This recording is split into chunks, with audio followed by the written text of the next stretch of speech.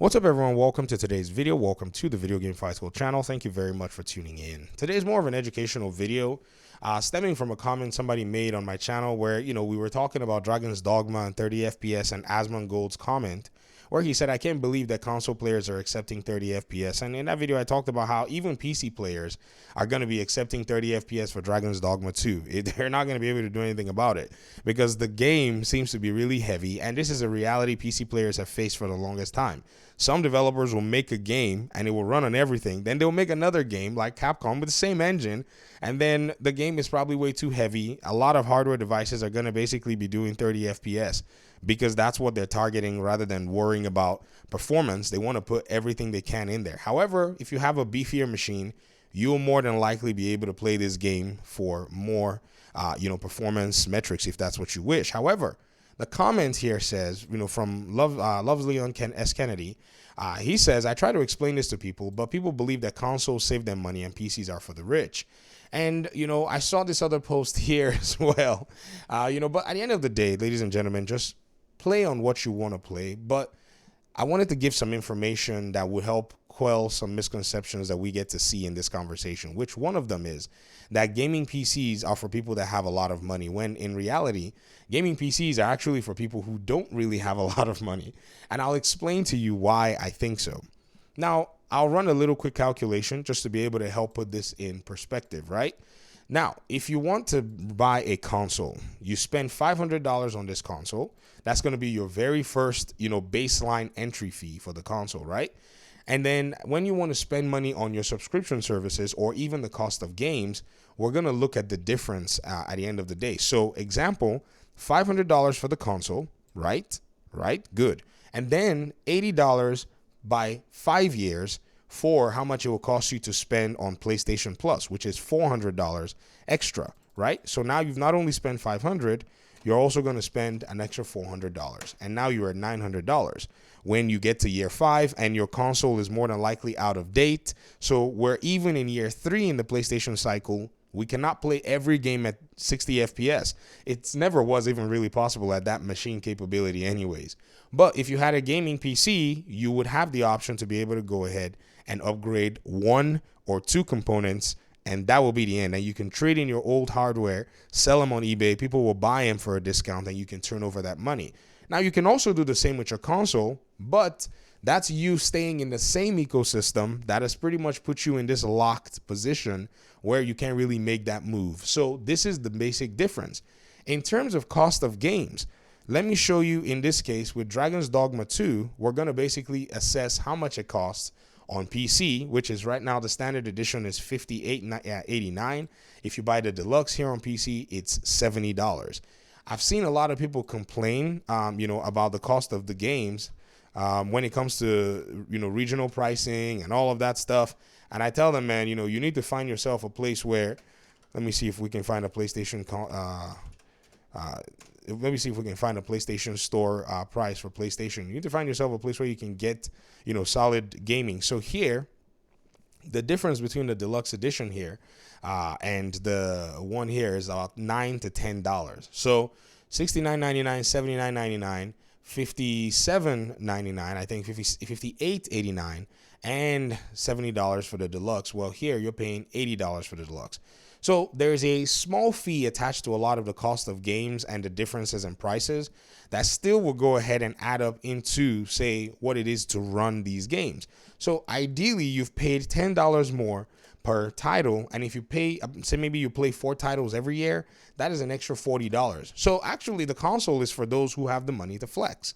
However, you can take that $800, which is your base cost, minus $100, $140 savings in your pocket when you look at it that way, and you can come build a gaming PC for about $800 that would do better than the PlayStation 5 and the Xbox Series X, and also give you the possibility to go ahead and move on up if you wanted to upgrade and eventually make your way up to a 4090 or a 7900 XDX just with good timing and good calculation. That's how you do it. You build a budget PC and then you start to build and aspire to something better. It's like building your life in a sense. You don't just one day in the first day swoop in and then do everything or accomplish everything you're trying to accomplish.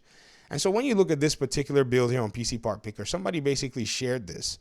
And I'll show you the different components and the current pricing as of now when I'm making the video. That's the good thing about Part Picker. It has its algorithms that can pull prices from everywhere. So the CPU, the very first part of the whole build, is a recommended $134.99. I argue that it's your choice if you want to get this CPU, but there's another younger brother of the CPU called the AMD Ryzen 5 5500. This is the 5600. It has a little bit more in terms of juice power, but if we do the 5500, we're going to realize that this $134 is a premium that we may not have to pay. We have options. Now, here's the crazy thing. This is the same AMD that has their own APUs inside of the PS5 and the Series X and S. So basically, this is a company that competes on the mid-range, low-end price points, right? So they are very good at cannibalizing their own products. Basically, they'll make a product that's so affordable, then they'll make another product that's more affordable and close in performance to it and still sell it to everybody. So they're very good at competing, and I think they've been able to basically somehow compete against even the console manufacturers that patronize them. It's wild how their market is, and this is a revolution in PC gaming because Intel used to hold the market and they made it kind of challenging for people to get in.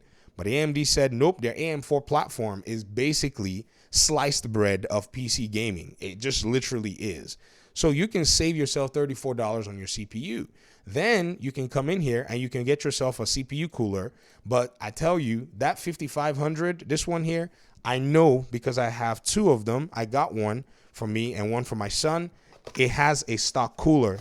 This is the sound of the stock cooler on the microphone. Sorry for the unpleasant sound, but I didn't use it because I had some other stock coolers from my Ryzen 3 that I got from a while ago, 3900X, for my build that I use for my gaming development and for YouTube and all that stuff. And so he's using that stock cooler for his as well. So you get a stock cooler with it. You don't have to spend this amount of money. Now, some don't appreciate the quality of the stock cooler, but it will get the job done. Don't be fooled. As long as you're not trying to overclock or do something crazy, your stock cooler should be fine. Also, when you think about, say the GPU, which I'm sure a lot of people are probably, wondering, okay, but that's supposed to be the most expensive. Well, you have the 6700 XT, which now obliterates the equivalent, or what is perceived to be the equivalent, the 6700 non-XT, which is in the PlayStation 5, right? So now with this cost, which we're looking again at about $940, which we're under by at least $100 after this build is completed, or at least $130 or $140 if you use the Ryzen 5 5500, you are now in a position where you have more money to possibly get yourself, say, even more hard drive. In this case, you can get yourself up to 32 gigs of RAM. Now, if you notice from the time that this person made this video here, the RAM basically was only $48.97, but the RAM has gone up by $4, and you can get yourself 32 gigs of DDR4 RAM, which now is in a whole different level when it comes to your gaming experience. And so now you've basically built yourself a device that works, that is going to do the job, that's going to beat the PlayStation 5, that's going to beat the Series X in terms of performance. Now, I wonder, you're probably saying to yourself, but when I eventually come up with the money or whatever it is, am I going to have, the opportunity to get these prices? The answer is yes. And I tell you this because in PC parts and the pricing, the developers of these components, AMD, Intel, NVIDIA, they will price their items in a specific, position where you can get a hold of them at the price point that you can basically afford, or at least establish price points from the past. So the $500 build is still a thing. You can get components that can put you in the $500 build, even for brand new, but you'll be going at this point at the 6700 non-XT or the 6600 a little bit lower in terms of GPU. So you're not going to get as much performance in that regard. You're going to maybe get a smaller hard drive, maybe a little bit less RAM, just to be able to pull those dollars together. That's something that, you're going to have to deal with. But then again, remember, we're comparing with the cost of running the console over 5 years and still having the flexibility. Even though right out the bat, you're going to be putting that $800 in place. Maybe you'll even get some PlayStation Plus subscription deals and discounts to help you. But even with the cost of the games that you actually do play, it still comes out where, you're almost better off to go ahead and just, if you want to do it, move to PC rather than make a console mid-gen refresh upgrade. And I did the mid-gen refresh upgrade in the PlayStation 4 days. I went ahead and got the PlayStation 4 Pro, spent a little bit of money, traded in my, good old PlayStation 4, and I got the PS4 Pro. I didn't really get much for it. I mean, at that point, I haven't still had a gaming PC, and I still held on to my PlayStation because I was playing some of the exclusives then. But eventually, seeing how the exclusives eventually have made their way to PC, to me, it doesn't really even make any sense. I just sit there and I just wait, and the exclusives are basically going to make their way. Now, I have a PS5, but it's the last PlayStation console I'm buying, and my Xbox is also more than likely the last Xbox that I'm going to buy. And the only reason I have it is because you can convert it into a development kit, and you guys know I do game development, so that's why I have these consoles. But if you're looking at coming to PC and you've been listening to people on the internet tell you that, oh, you got to spend $1,200 to buy a gaming PC that may not even reach a PS5, that's a big fat lie. The data does not support that. I've shown you right here in front of you pricing as of today. Get in the market, start looking. When you're considering your next upgrade, make the attempt to be able to go that direction. And I'm sure there's going to be more surprises there because technology continues to get cheaper. Technology continues to grow. And I'm certain that the market, because of the competition between AMD, Intel, and NVIDIA, you're going to get yourself something cool. And I'm wondering, and I'm sure some of you are probably thinking, well, is there a good NVIDIA GPU that can actually, run me in that price point? Yes, you can get the 4060, but I wouldn't even recommend it because it's not necessarily the flagship at that point, at that price point. If you want to get a good flagship GPU from NVIDIA, you might want to do $500 at least.